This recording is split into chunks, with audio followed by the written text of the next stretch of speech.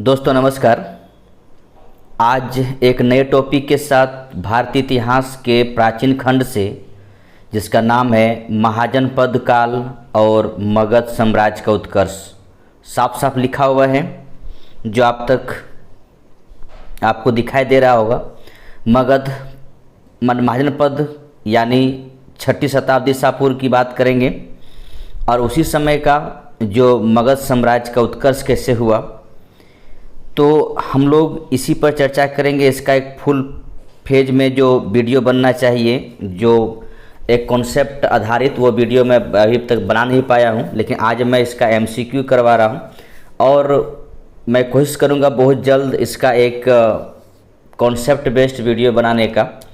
तो आप लोग चैनल पर जुड़े रहें और इस वीडियो को अंत तक देखिए।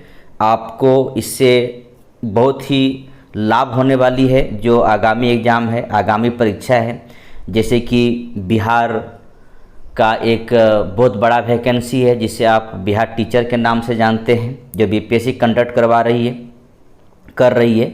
इसके बाद 69th BPSC का भी नोटिफिकेशन आ चुका है, उसके लिए भी या अन्य किसी एग्ज़ाम के लिए भी महाजनपद काल और मगध साम्राज्य से कुछ न कुछ क्वेश्चन आता ही है। तो आप लोग ध्यान से इसे देखिए और अंत तक देखिए ताकि आपको इससे लाभ हो। इससे पहले अगर आप चैनल में नए जुड़े हैं तो सब्सक्राइब कर लीजिएगा, और अगर पहले से सब्सक्राइब कर चुके हैं तो आप एक लाइक और शेयर जरूर करेंगे, साथ साथ कमेंट भी करेंगे। मैं आपकी कमेंट को पढ़ता हूं और उसका जवाब भी दूंगा, ठीक है। तो चलिए, आज का पहला क्वेश्चन है, मगध साम्राज्य का उत्कर्ष किस शताब्दी में हुआ था। बहुत सिंपल सी क्वेश्चन, ध्यान रखेंगे। मगध साम्राज्य की उत्कर्ष हुई थी ईसा पूर्व 6ठी शताब्दी, ठीक है। 6ठी शताब्दी की बात होगी।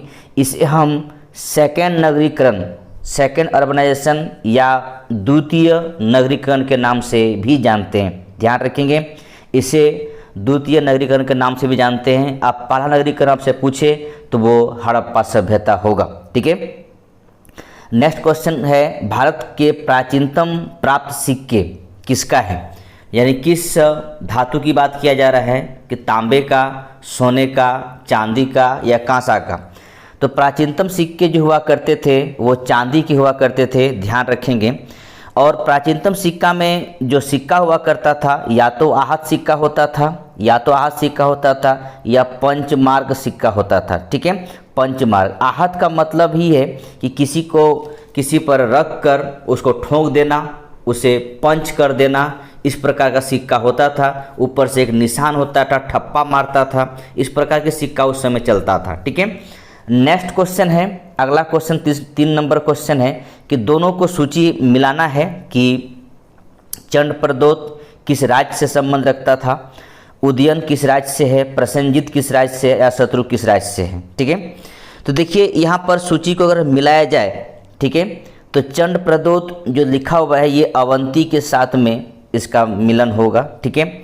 उदयन की बात किया जाए तो यहाँ पे वत्स से मिलन होगा, ठीक है। प्रसेनजीत की बात किया जाए तो कौशल से मिलन होगा इसका, और अशत्रु की बात किया जाए तो मगध से मिलन होगा, ठीक है। इस प्रकार आप अगर मिलान करने के लिए दिया जाए, और ये पूछा हुआ क्वेश्चन है, तो चंड प्रदोत याद रखेंगे अवंती से, ठीक है। उदयन, यहाँ पे कन्फ्यूजन होता है उदयन को लेकर, ठीक है। प्रसेनजीत कौशल, अशत्रु मगध, जो बचता क्या है उदयन कौशल, ईश्वरी वत्स, तो आप इसको वत्स से मिला दीजिएगा। इस प्रकार इस क्वेश्चन का आंसर इस प्रकार होगा। मैं इसका ऑप्शन नहीं दिया हूँ, ऑप्शन लंबा चौड़ा हो जाता है, आपको मिला के दिखा दिया। आप लोग याद कर लीजिएगा कि चंड प्रदोत अवंती, उदयन वत्स, प्रसेनजीत कौशल से, अशत्रु मगध से, ठीक है।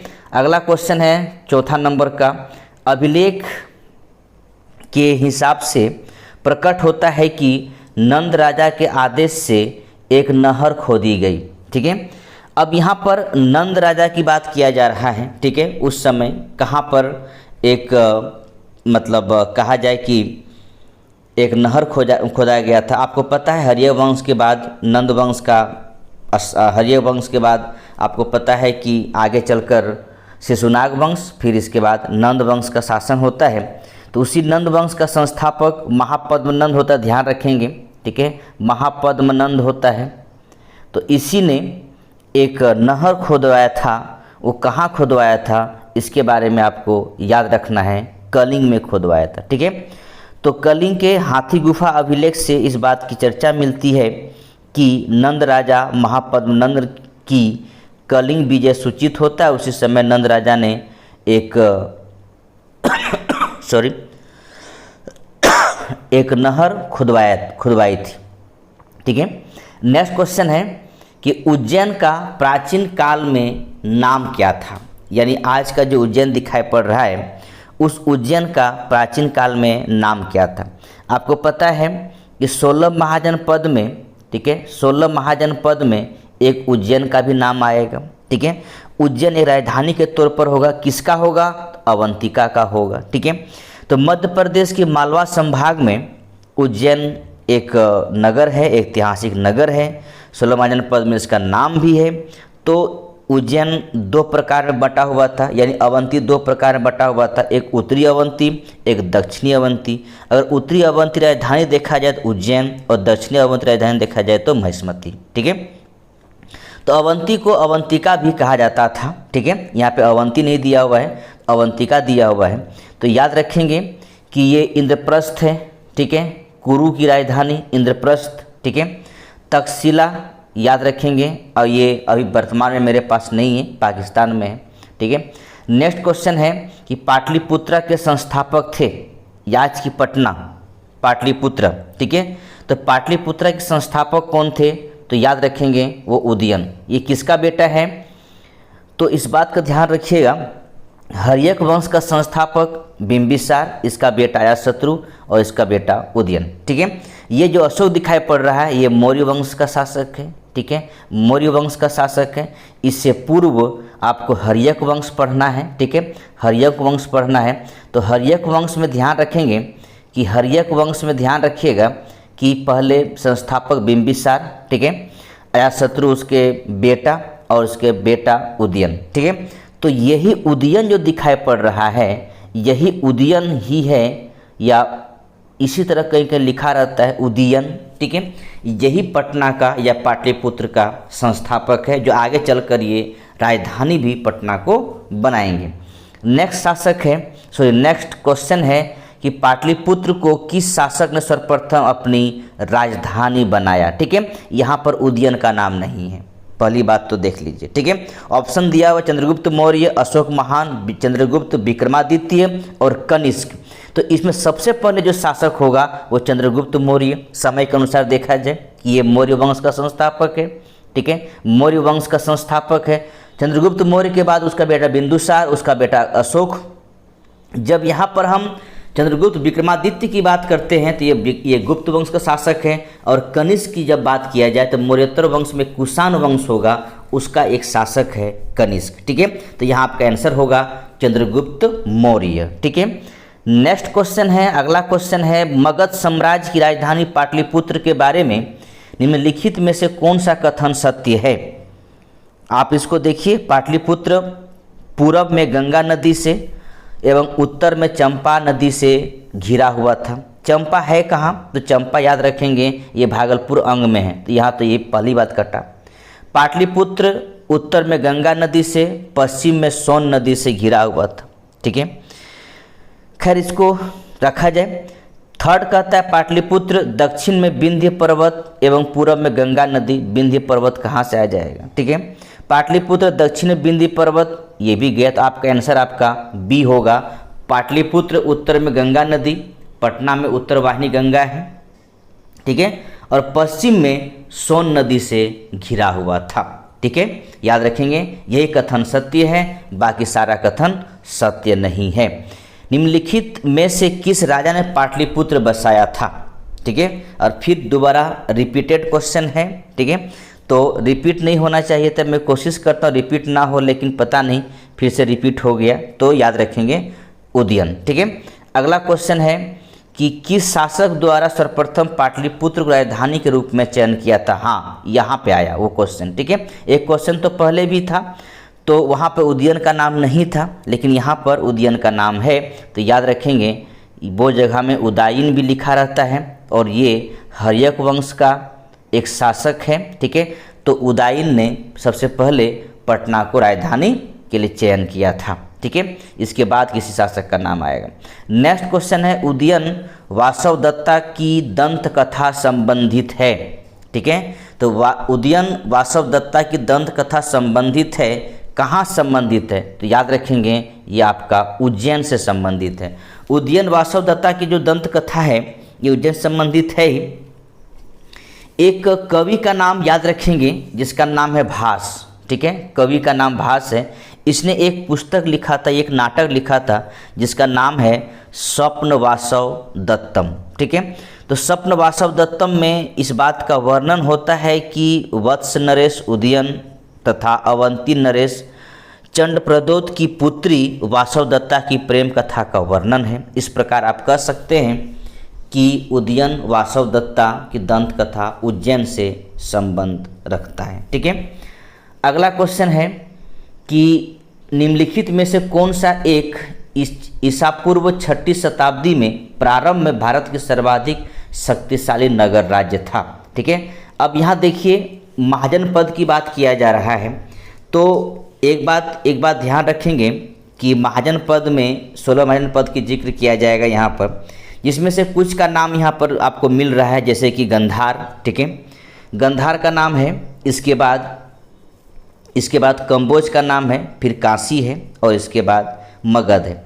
तो याद रखेंगे गंधार की राजधानी तक्षशिला हुआ करता था। ठीक है, तक्षशिला था। कंबोज का हाटक, ठीक है, काशी का वाराणसी, ठीक है, और मगध का पटना पाटलिपुत्र, या पटना पाटलिपुत्र कहना गलत होगा, राजगिरी या गिरिब्रज। ठीक है, ये याद रखेंगे। तो इस प्रकार हमारे पास अभी 28 राज्य हैं। उन 28 राज्य में कोई तो राज्य ऐसा होगा जो शक्तिशाली होगा, सबसे अधिक ताकतवर होगा। जैसे आप महाराष्ट्र को ले सकते हैं। ठीक है, पैसे में पंजाब को भी ले सकते हैं, हरियाणा भी हो सकता है। बिहार का तो नाम नहीं आएगा, गरीब स्टेट है, बीमार राज्य। ठीक है, बिहार, झारखंड, उड़ीसा, मध्य प्रदेश, छत्तीसगढ़, जितने भी उत्तर प्रदेश, ये सब जो जितने राज्य दिखाई पड़, जो हिंदी भाषी क्षेत्र दिखाई पड़ रहा है, ये सब का सब गरीब राज्य है। ठीक है, बीमारू राज्य है विश्व। तो बीमारू राज्य की तरफ ध्यान नहीं दिया जाएगा। तो अभी अगर वर्तमान में महाराष्ट्र को देखा जाए तो हो ना हो पूरे महाराष्ट्र अगर चाहे वर्तमान में तो सारा राज्य को कब्जा कर सकते हैं। उसी प्रकार उन 16 महाजनपद में कोई तो शासक, कोई तो राज्य होगा, कोई जो महाजनपद होगा जो ताकतवर होंगे। उसमें से सबसे ताकतवर जो महाजनपद था वो था मगध। ठीक है, और यही मगध आगे चलकर पूरे भारत पर शासन करने वाले हैं। ठीक है, नेक्स्ट क्वेश्चन है विश्व का पहला गणतंत्र वैशाली में किसके द्वारा स्थापित किया गया?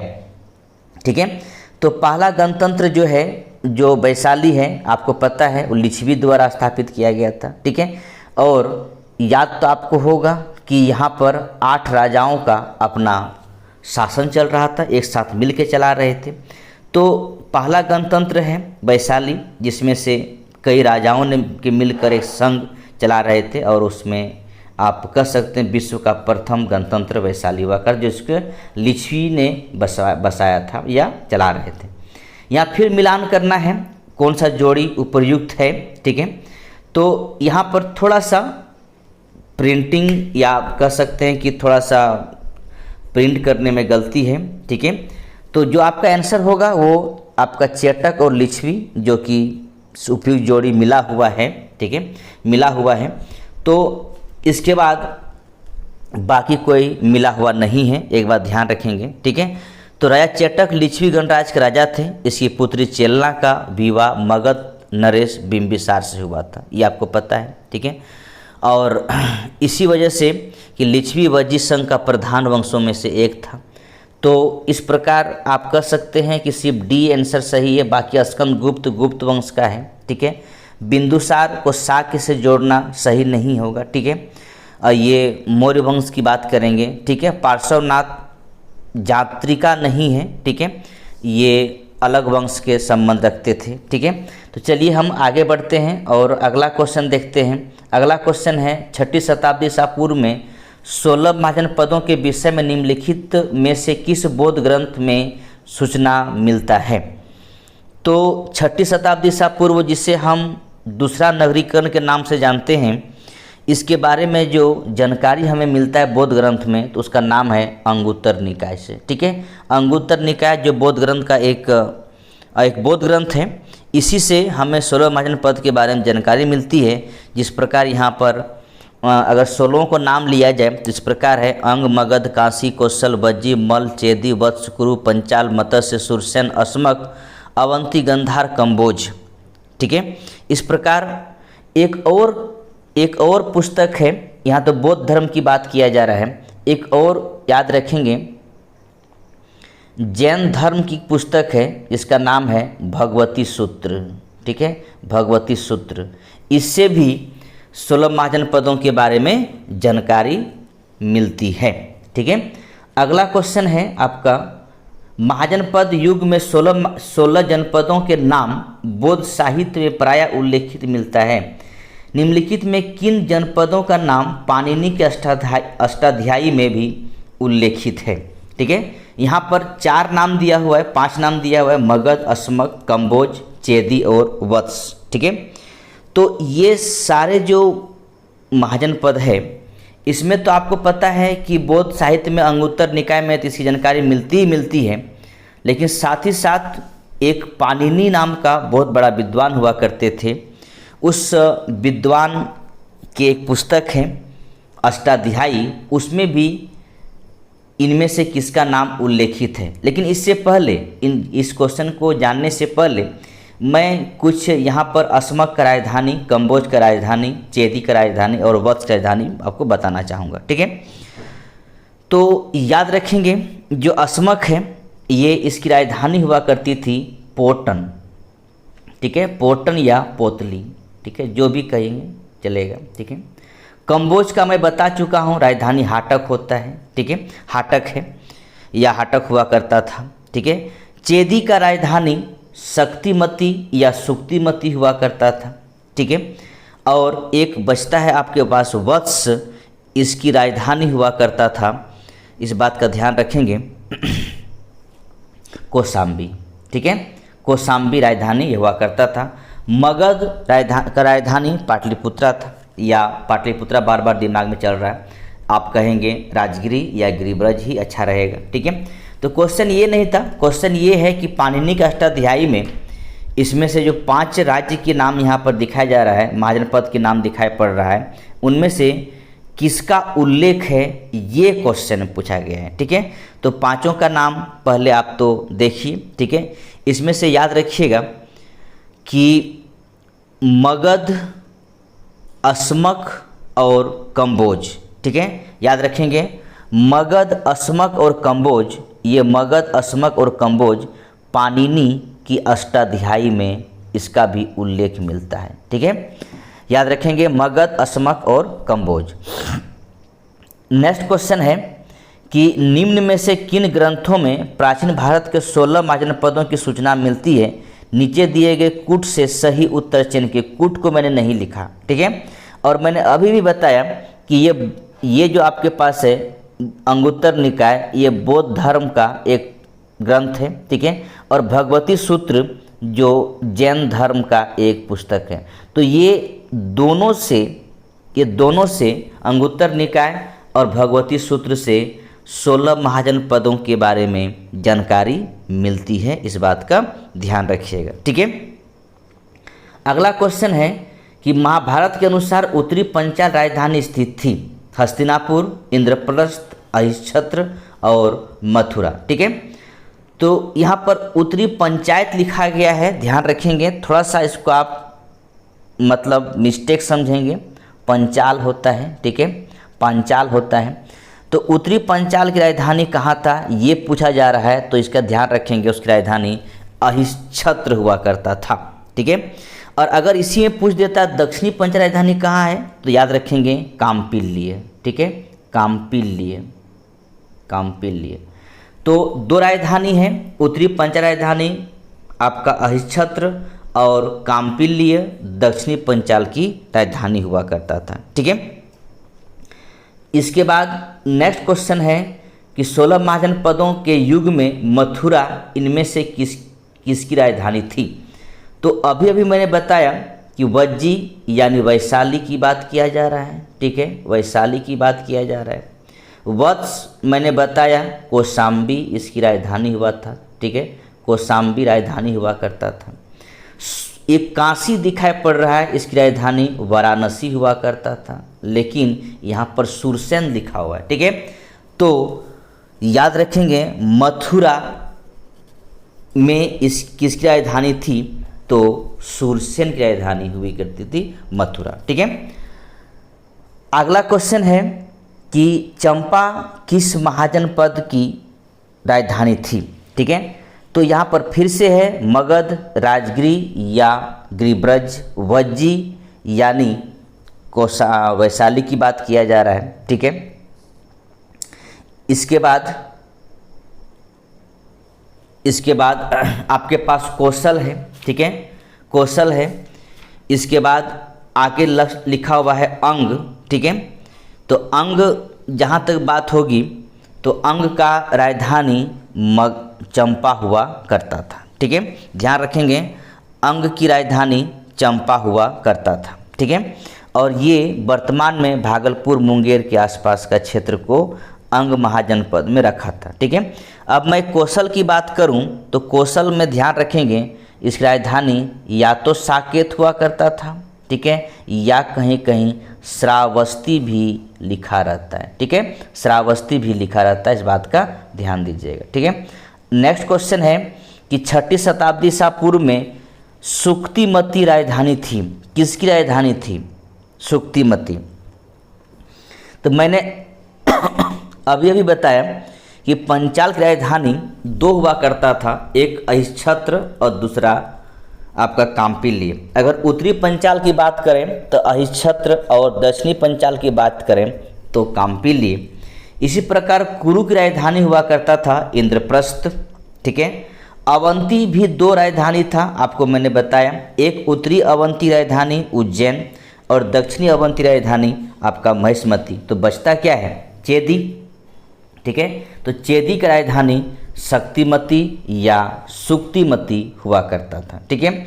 गोदावरी नदी के तट पर स्थित महाजनपद था, याद रखेंगे भारत का एकमात्र महाजनपद जो दक्षिण भारत में स्थित था, जो कि दक्षिण भारत में स्थित था, वो है आपका अस्मक, ठीक है। और गोदावरी नदी के तट पर एकमात्र महाजनपद अस्मक हुआ करता था। कंबोज की राजधानी में बता चुका हूँ हाटक, ठीक है। वत्स की राजधानी में बता चुका हूँ कौशाम्बी और अवंती राजधानी आपको दो बार बता चुका हूँ कि एक उत्तरी अवंती राजधानी उज्जैन और दक्षिणी अवंती राजधानी महिष्मती हुआ करता था, ठीक है। नेक्स्ट क्वेश्चन है 6ठी शताब्दी ईसा पूर्व का मत्स्य महाजनपद स्थित है। तो मत्स्य महाजनपद का राजधानी पहले जान लीजिए वो हुआ करता था विराटनगर, ठीक है, विराटनगर। और विराटनगर ये राजस्थान में यानी आज का जयपुर अलवर क्षेत्र जो दिखाई पड़ रहा है वो भरतपुर मतलब जयपुर भरतपुर अलवर का क्षेत्र पहले मत्स्य महाजनपद में था, जिसकी राजधानी विराटनगर आगे चल के वही जयपुर राजस्थान की राजधानी हो गई, ठीक है। नेक्स्ट क्वेश्चन है मगध की राजधानी कौन सी थी। तो मगध की राजधानी बार बार मैं बता रहा हूँ गिरिब्रज या राजगिरी, ठीक है। नेक्स्ट क्वेश्चन है मगध की प्रारंभिक राजधानी कहाँ थी। तो मगध की जो राजधानी दिखाई पड़ रहा है उसमें से मगध राजधानी के तौर पर पाटलिपुत्रा भी काम किया, वैशाली भी रहा और गिरिब्रज भी है। लेकिन यहाँ पर पूछ रहा है कि प्रारंभिक राजधानी कहाँ थी। तो प्रारंभिक राजधानी ध्यान रखेंगे राजगिरी या गिरिब्रज। चंपा जो दिखाई पड़ रहा है ये अंग महाजनपद का राजधानी हुआ करता था, ठीक है। नेक्स्ट क्वेश्चन है निम्नलिखित में से कौन सा एक मगध साम्राज्य राजधानी नहीं रही। तो मैं पहले बता चुका हूँ गिरिब्रज भी रही, राजगिरी भी रही, पाटलिपुत्रा भी रही, लेकिन कौशाम्बी नहीं रही क्योंकि कौशाम्बी वत्स की राजधानी हुआ करता था, ठीक है। नेक्स्ट क्वेश्चन है मगध के किस प्रारंभिक शासक ने राज्यारोहण के लिए अपने पिता की हत्या की एवं स्वयं से कारण वह अपने पुत्र द्वारा मारा गया। हर्यक वंश का संस्थापक बिंबिसार, ध्यान रखें इसका पुत्र हुआ करता था अजातशत्रु। अजातशत्रु ने अपने पिता का हत्या किया, जिसे पितृहंता कहा गया, और उनका बेटा उदयन ये भी अपने पिता की हत्या किया। ठीक है, तो ये भी आप पितृहंता शासक है। इस प्रकार हर्यक वंश को ही ध्यान रखेंगे, हर्यक वंश को ही पितृहंता वंश के नाम से जाना जाता है, ध्यान रखेंगे। तो यहाँ पर आपका सही जो आंसर होगा कि मगध के किस प्रारंभिक शासक राज्यारोहण के लिए अपने पिता की हत्या की एवं स्वयं इसी कारण अपने पुत्र द्वारा मारा गया, उनका नाम होगा अजातशत्रु। ठीक है, क्योंकि बिंबिसार को मारा अजातशत्रु ने और अजातशत्रु को मारा उदयन ने। ठीक है, तो इस प्रकार इसका सही आंसर होगा, याद रखेंगे, वो होगा अजातशत्रु। ठीक है, नेक्स्ट क्वेश्चन है, अगला क्वेश्चन है, अच्छा इसमें एक नाग दशक दिया हुआ है, उसके बारे में बाद में बात करेंगे। ठीक है, आप याद रखेंगे अगला क्वेश्चन अजातशत्रु के वंश का नाम क्या है, तो मैं कितना बार बोल चुका हूँ, हर्यक वंश। ठीक है, क्योंकि इसका संस्थापक बिंबिसार, उनका बेटा अजातशत्रु, उनका बेटा आपका उदयन, और इसी वंश का अंतिम शासक है नागदशक। ठीक है, नेक्स्ट क्वेश्चन है कि किस मगध साम्राज्य में वज्जीगण संघ को हराकर आत्मसात किया। ठीक है, तो किसने मगध साम्राज्य में वज्जीगण संघ को हराकर आत्मसात किया, तो याद रखेंगे बिंबिसार ने कोशिश किया था कि लिच्छवी गणराज के साथ में शादी करके उनका साथ संबंध अच्छा रखा जाए, लेकिन आगे चलकर उसका बेटा जो अजातशत्रु है, इसने वज्जी संघ को हराता है और वज्जी संघ को हराकर अपने मगध साम्राज्य में उसको आत्मसात कर लिया। ठीक है, आत्मसात किया।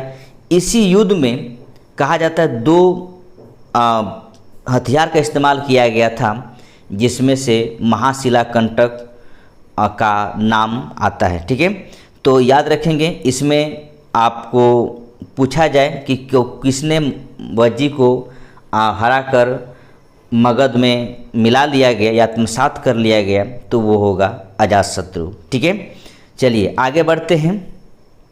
अगला क्वेश्चन है कि मालवा क्षेत्र पर मगध की सत्ता का विस्तार निम्न में से किसके शासनकाल में हुआ।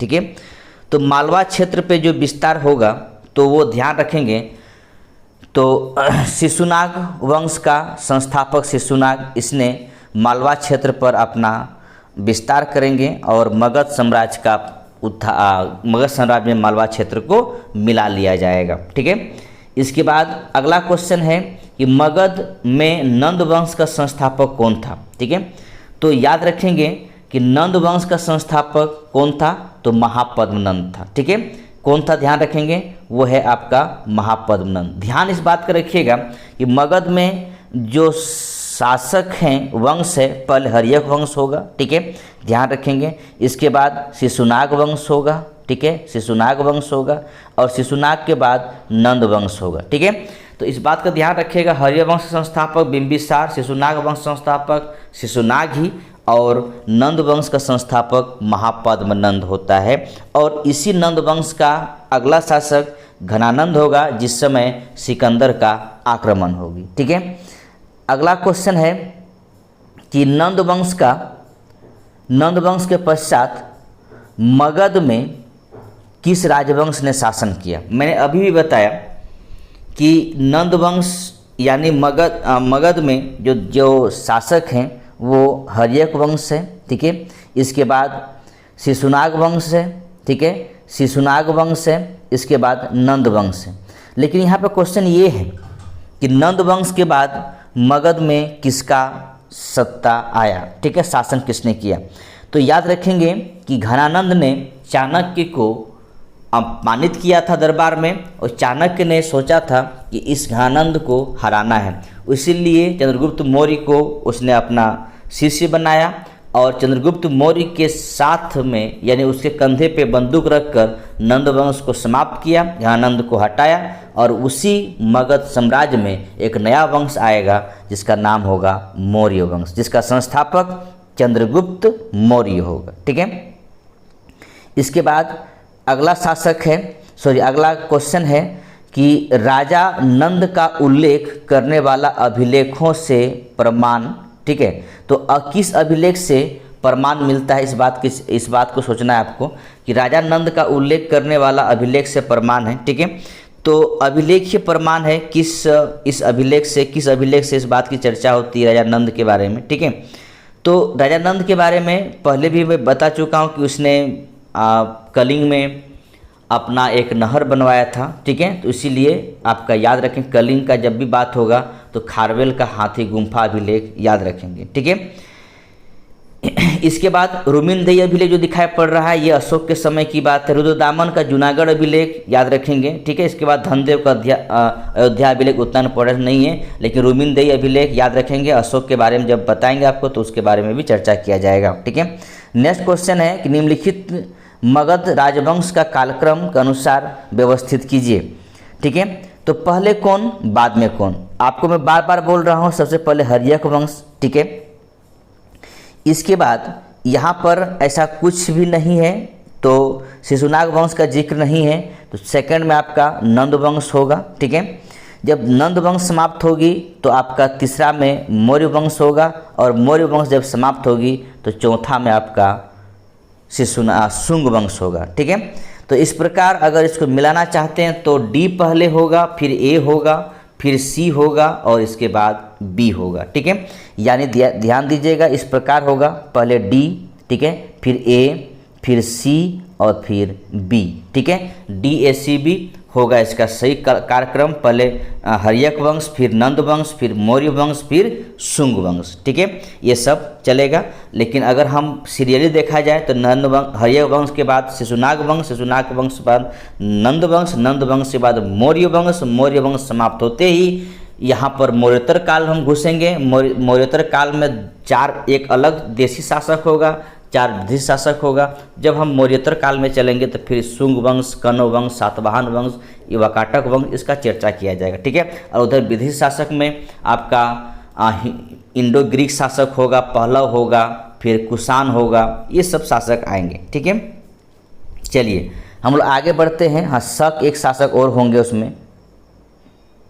और आज का लास्ट क्वेश्चन है कि गौतम बुद्ध के समय का प्रसिद्ध वैद्य जीवन नहीं होगा, उसका नाम है जीवक। ठीक है, थोड़ा सा याद रखेंगे, जीवक नाम है, जीवन नहीं। जीवक किसके दरबार से संबंधित था? ठीक है, तो इस बात का ध्यान रखिएगा कि जो जीवक जो उस समय का एक महान राजवैद्य हुआ करता था, तो याद रखेंगे कि वो बिंबिसार यानी हर्यक वंश के संस्थापक बिंबिसार के दरबार से संबंध थे।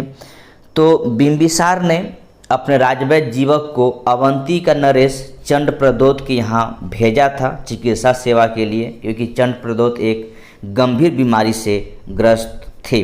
ठीक है, लेकिन दोस्तों एक बात का ध्यान रखिएगा कि कुछ महाजनपद के बारे में है जिसको आप लोग याद करके रख लीजिएगा।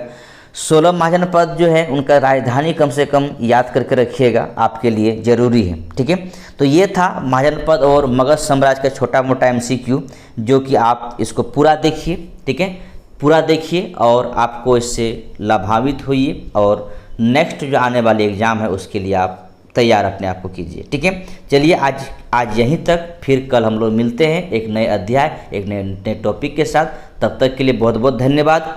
जय हिंद, जय भारत।